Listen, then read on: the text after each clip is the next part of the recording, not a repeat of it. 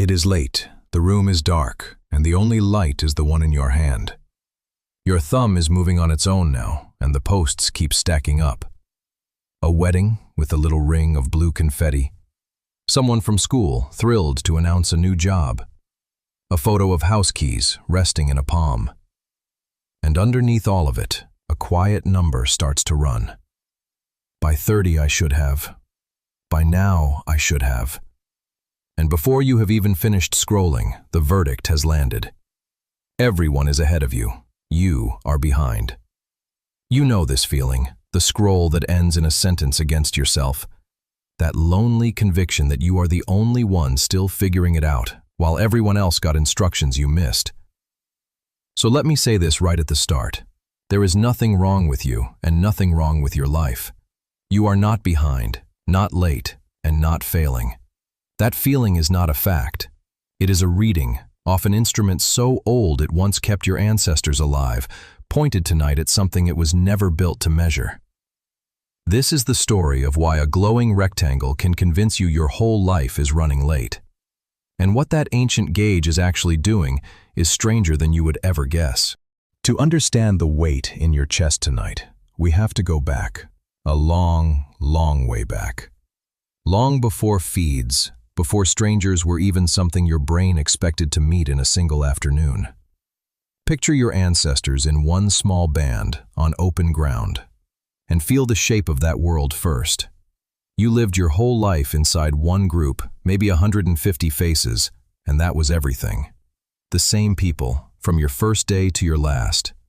No strangers streaming past, no exit, just these faces, for life. And inside that world, you had to know one thing to survive. Where do I stand? Am I keeping up? Am I falling behind? Or am I doing well enough to rest? You could not feel that in a vacuum, so evolution built you an instrument, a gauge, that read your standing off the people around you. And here is the part that matters most. Back then, the people around you were a small, knowable, reachable few, on roughly your path, at roughly your stage. The hunter slightly better than you was not a threat. He was a lesson. Watch his hands, copy the grip. The peer pulling ahead of you was useful news. Push a little harder. And when you matched the band, the needle settled, and your gut said the sweetest word it knew. You are fine. Rest. That is why the gauge was a gift. The reference group was small and similar, so it could actually reach a verdict. And the verdict was usually fine. The ancestors who measured themselves and adjusted out-survived the ones who did not. So let me say it plainly. We are the children of the ones who compared themselves and could. You inherited that gauge, perfect and intact. But the world it was built to read just quietly disappeared. And we have to go back to that fire one more time before you see what took its place. So take that instrument, 200,000 years old, calibrated for 150 faces you would know forever, all of them close enough to catch up to. And hand it, completely unchanged, a glass rectangle. It does the only thing it has ever done. It compares you to the people around you. Except now, the people around you means thousands of strangers from everywhere on Earth all at once. Every single one of them on their single best day. The gauge cannot tell the difference. To it, a face is a face. So it pings every one of them as if they were your band. And here is exactly where it breaks. You are holding up your behind the scenes against everyone else's highlight reel. Your doubt, your unglamorous Tuesday, your messy in-between. Against the 1% they chose to post, with the other 99% quietly cut out. And the feed tilts it upward by default. You mostly see the wins, the weddings, the announcements, the keys in the palm. You almost never see the 1,000 ordinary, quiet, boring days those same people lived and did not post. So the gauge that used to settle can now never settle. There is always someone, somewhere, hitting a milestone you have not reached yet. So the needle is pinned at behind, permanently, by design. no matter how good your real life actually is.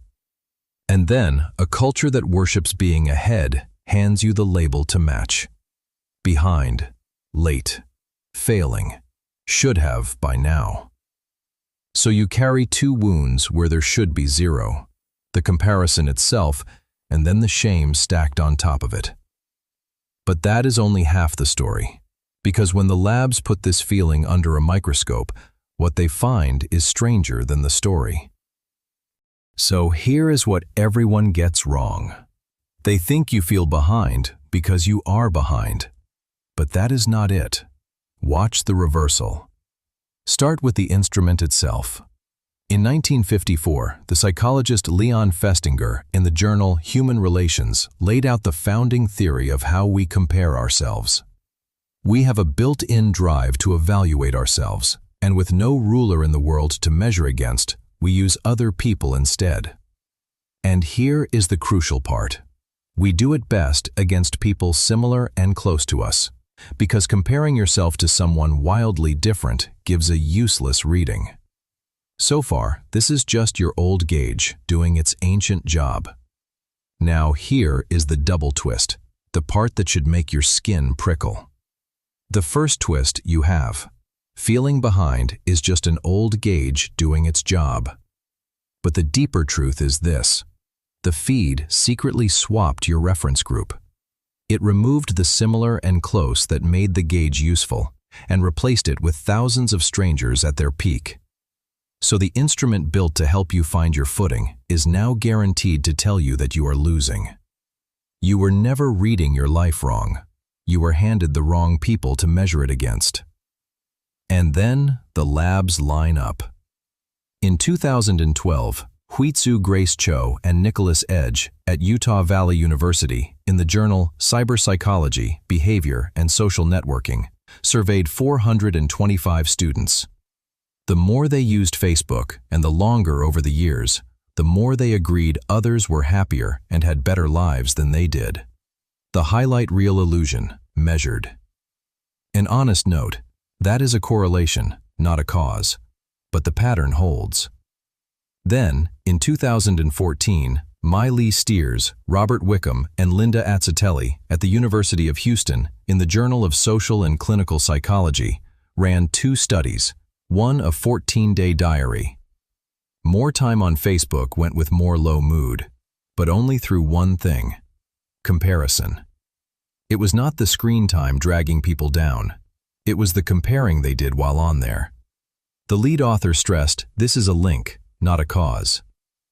Name the mechanism, and you can interrupt it. Then the sharpest piece.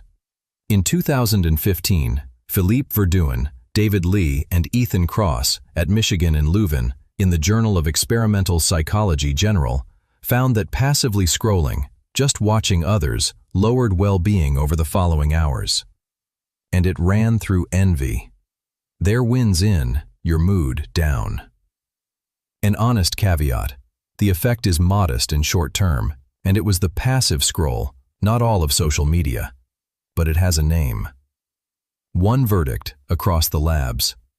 Feeling behind from the feed is not weakness, not failure. It is a similarity-calibrated instrument, firing against a highlight reel it was never built to read. Which raises a question, the whole reason you are still here. What do you do with a gauge that is right about the past and pointed at the wrong target tonight? Okay, deep breath with me. Because I do not want you to walk away with the wrong lesson. So let me draw a clear line, because this part matters. This does not mean your goals do not count, or that you should never want more. Wanting is human and good. And comparison is not all poison. Sometimes the person a step ahead really does show you the next move, just like that hunter by the fire. What this lifts is the shame. The I am behind verdict is a reading off a miscalibrated gauge, not a truth about your worth or your timeline. And if that feeling has stopped being a needle and started crushing you, reaching for a real person who can sit with you in it is not weakness. It is one of the strongest moves there is. So what do you actually do? Not stop comparing. You cannot. It is standard human equipment. You catch the swap. The next time the needle slams to behind, you say it, quietly, to yourself. That is my comparison gauge, built for a knowable few, aimed right now at thousands of strangers on their single best day. The reference group is fake, so the reading is fake. And naming it gives you back the half-second of distance the feed keeps stealing. Then add the human truth. There is no shared timeline. By 30 is a number somebody made up. And every single person you are measuring yourself against tonight is, somewhere, quietly measuring themselves against someone too. You are all holding up your unedited lives against each other's best 3 seconds, and all of you are losing the same impossible game. Because that feeling, that everyone is ahead and you got left behind, was never a fact about your life. It is a reading, off a gauge so old it once kept your ancestors alive, back when it measured you against a handful of people you actually knew, on your own path, close enough to catch up to. That gauge could read your fine. It just cannot tell that the feed is not your band, that those strangers are not your peers, that you are holding your whole unedited life up against everyone's single best day. So the next time the scroll ends in that verdict, you can answer it honestly. I am not behind. There is no finish line. I am just running an old instrument that was handed the wrong map. And that is not a life to fix. That is a reading to ignore. So send this to 2 people. Send it to the one who feels behind, who lies awake doing the math against everybody else. And send it to the one quietly convinced that everyone but them has it figured out. Tell them both the same thing. They are not behind, and they are not failing. They are just standing in their own real life, holding a gauge that was handed the wrong map.